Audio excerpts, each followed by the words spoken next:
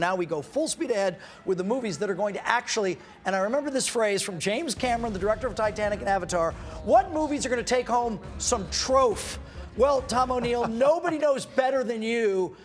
To me, Golden Globes, Critics' Choice, all these terrific precursors.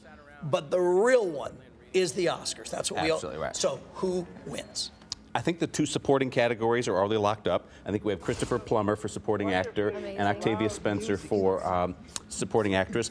Actress is wide open. It can go to Michelle Williams, Meryl Streep, or help me out here, Viola Davis, your friend. Right, okay. That's wide open. But Best Picture seems to be where the artist is leading heavily, but still I think it's vulnerable. See, that is interesting to me as you handicap. Like, back to Best Actress for a second, because we talked about this. Nobody, I think, has campaigned more than Glenn Close. And then what's funny, and I don't know if there's a, some sort of beauty analogy, the closer you look, it's less good. People like her. They like her work over the years. They don't like that movie. Right. And it has it's a gutsy role on her part, right? I mean, you're taking a big chance. But I think you're right. Once you get past the gutsy part, there may be no there there. Right, and in fact, I think she talks about this, 30 years to get it made. So, a passion project, and people enjoy that. To the names you made reference to, Meryl Streep with The Iron Lady, all right, everybody loves her, she's the greatest, people don't like that movie. The film was kind of boring, but she looked exactly like Margaret Thatcher. She acted, sounded, everything about her was Margaret Thatcher.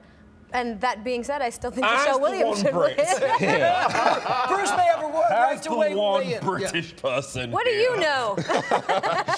That film was brilliant. I mean, Mara was fantastic, and she really should win an Oscar. I mean, I grew up during the Thatcher era, and she really embodied her. Aged yourself. Darling, I don't mind. But she was absolutely brilliant. The film, I mean, it also highlighted the whole thing about mental health as well, and I thought that was really interesting, and it really humanized that as well. I thought it was a very clever film, and she did a spectacular job. She did, but it was a little slow. It was.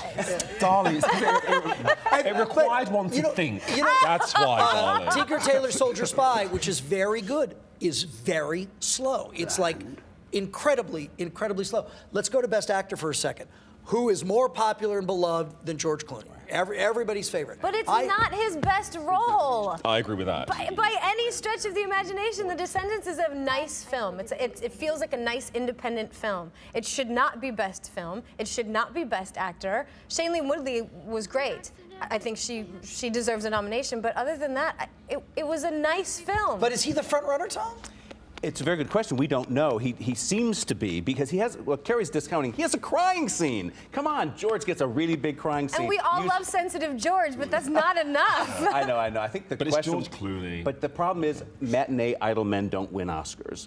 Brad Pitt doesn't have one. Leo DiCaprio doesn't have one. George won many years ago in the supporting race for Syriana when he packed on 40 pounds and looks like hell. This year we've got all the matinee men in this category, and we wonder, can they win? Or will they be trumped by this year's Roberto Benigni, who is Jean Dujardin, the artist star? And that could happen. And he was cool, and that film is different and interesting, and I don't know that it's going to win Best Movie, though. Well, one thing we've talked about here before is this disconnect. I thought the artist was terrific. I really enjoyed it, was really entertained by it. We've had many people here say, you know what, it's a silent movie, I wouldn't go see it.